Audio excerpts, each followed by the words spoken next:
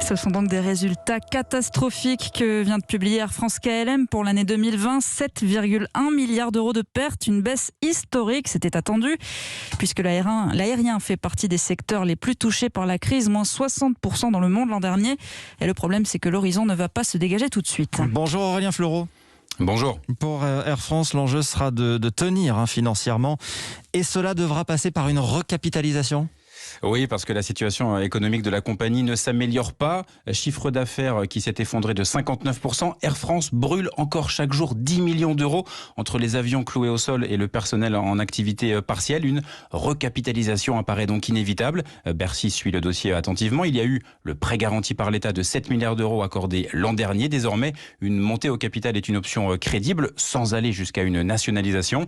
L'État en possède 14% et cette participation pourrait doubler. Voilà de quoi rassurer les salariés, même si Laurent Le Gall, délégué CFTC personnel navigant, se méfie des conséquences d'un éventuel sauvetage.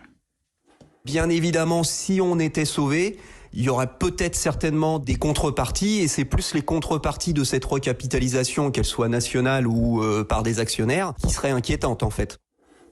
Mais cette recapitalisation ne sera pas simple. Côté KLM, les Pays-Bas souhaitent bien injecter de l'argent, mais à leur compagnie nationale et pas au groupe Air France KLM. Alors, outre Air France, Aurélien, c'est tout le secteur qui subit la crise de plein fouet. ADP et Airbus viennent eux aussi de publier leurs résultats.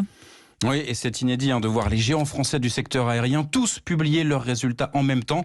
Et c'est clairement parce qu'il n'y a pas vraiment de bonnes nouvelles à annoncer. Pour Airbus, la perte dépasse le milliard d'euros avec des livraisons d'avions en baisse d'un tiers. Ce devrait être pareil en 2021. Et puis, trafic en chute libre dans les aéroports parisiens, moins 69%.